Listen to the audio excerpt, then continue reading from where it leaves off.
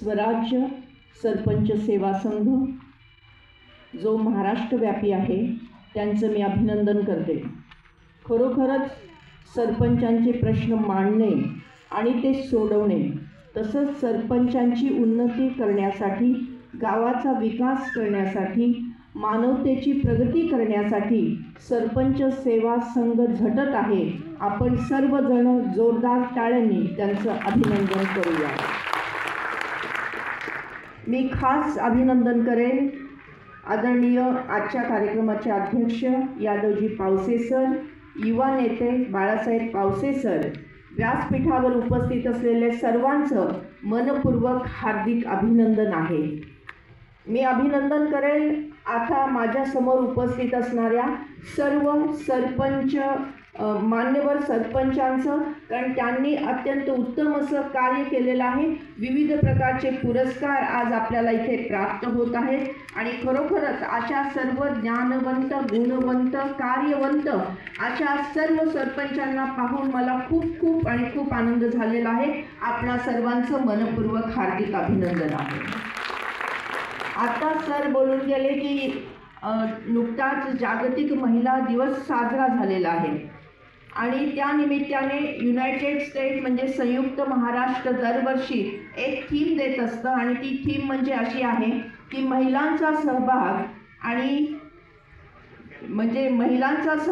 आणि कुटुंबाचा आणि समाजाचा प्रगतीचा उच्चांक अशा प्रकारचं स्लोगन या युनायटेड स्टेटने आपल्यासमोर ठेवलेलं आहे। महिलांचा सहभाग आणि जगाचा उन्नतीकडे जाणारा हा प्रगती मार्ग आणि खरोखरच आहे की ही स्त्री ही जगाचा पाया आहे। म्हणजे नुसतं आपण ऐकतो अशा प्रकारची भाषणं, पण अंतर्मुख होऊन जेव्हा आपण विचार करतो की जेव्हा एक मुलगी जन्माला येते तीच मुलगी उद्याची आई ठरत असते आणि जी आई आहे तिच्याच पोटातून मुलाचा किंवा मुलीचा जन्म होत असतो। जर आज मुलगी जन्माला आली नाही तर उद्याची आई निर्माण होणार नाहीये आणि उद्याची आई निर्माण झाली नाही तर मुलीचा कशाला मुलाचाही जन्म होणार नाहीये। मग ज्या जगामध्ये माणूसच नाही, ज्या जगामध्ये माणुसकीच नाही, ते जग सुद्धा जिवंत राहू शकत नाही आणि म्हणूनच जगाला वाचवायचं असेल तर मुलीला वाचवण्याची आज गरज आहे। जर मुलगीच नसेल तर जगच संपून जाईल आणि जग जर संपून गेलं तर आपलं सुद्धा अस्तित्व राहणार नाही। आपण आदर्श सरपंच आहात किंवा इथे बसलेले सर्व मान्यवर आहेत किंवा या जगातला प्रत्येक स्त्री पुरुष मनुष्य आहे, परंतु त्याचंही अस्तित्व राहणार नाही। म्हणून मुलीच्या जन्माचं स्वागत करणाऱ्या चळवळीमध्ये आपण सर्वांनी सहभागी व्हावं अशी मी प्रार्थना आपण सर्वांना करते। एक छोटीशी माझी कविता आहे, मुद्दाम मी सादर करते। जी चिमुकली आहे, जी आईच्या पोटात आहे, आईच्या गर्भात आहे, ती आपल्या आईला म्हणते की आई, तुझं बाबांचं, आजींचं, आजोबांचं बोलणं काल रात्री ऐकलं मी आई। तुम्ही सगळ्यांनी मिळून ठरवलं ना की उद्या मला डॉक्टर काकांकडे घेऊन जायचंय। नको ग आई, नको असं करू नको ग, मला डॉक्टर काकांकडे घेऊन जाऊ नको ग आई, मला डॉक्टर काकांची खूप भीती वाटते ग, ते डॉक्टर काका मोठं शस्त्र घेतील ग, माझ्या डोक्याच्या चिंध्या करून टाकतील ग, इवलीशे नाजूकशे कोमलशे माझे हातपाय आई तोडून टाकतील ग आणि रक्तबंबाळ झालेला माझा हा देह आई उकड्यावर फेकून देतील, कुत्रे येतील, झडप घालतील, तोंडात पकडतील, गल्लीभर फिरवतील ग आई, माझ्या शरीरातलं ठिपकणारं ते रक्त आई तू पाहू शकशील, माझ्या शरीराची झालेली विटंबना आई तुला सहन होईल? नाही आई नाही, तू हे सहन करू शकणार नाही ग आई, असं करू नको ग, मला मारू नको ग, मी तुला कसलाही त्रास देणार नाही, कुठलाही हट्ट मी करणार नाही, मला लाडू नको, पेढे नको, काही गोडधोड नको ग, कालची उरलेली शिळी असलेली भाकरी सुद्धा चालेल ग, नको आई नको, नवीन कपडे नकोत ग मला, ताईचे जुने असलेले कपडे सुद्धा मी घालेल ग, पण आई मला जन्म घेऊ दे ग आई, मी उद्याची जिजामाता सुद्धा होईल, मी उद्याची सावित्रीबाई फुले सुद्धा होईल आणि उद्याची झाशीची राणी सुद्धा होईल, पण कधी तू मला जन्म दिला तरच ना।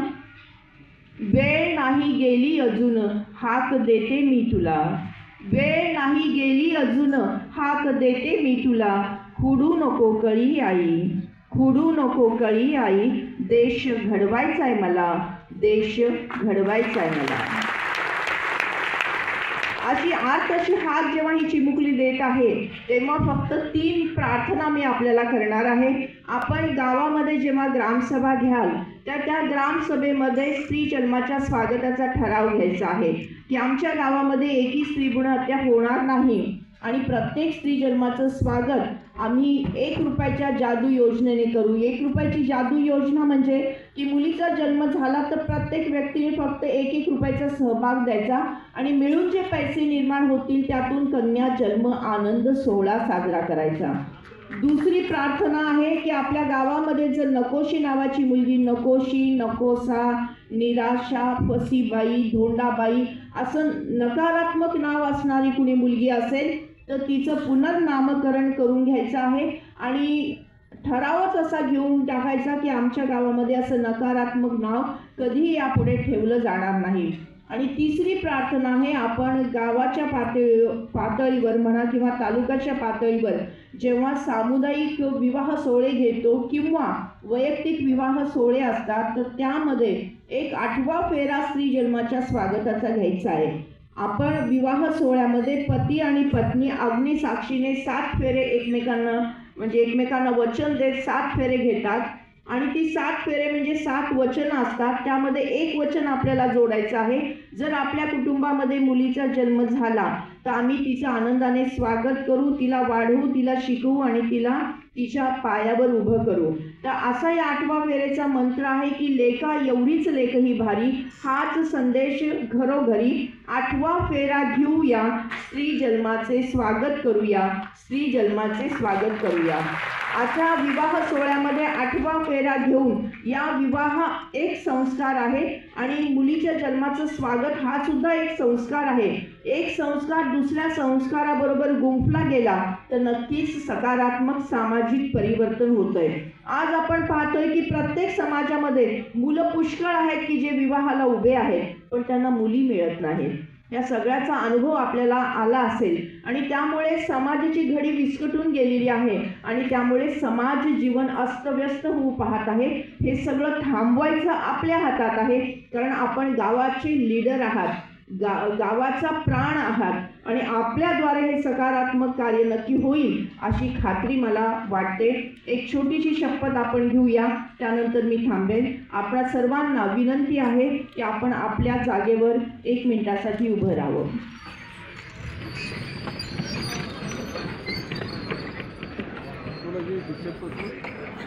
सर्वांनी ताठ उभं राहायचं आहे.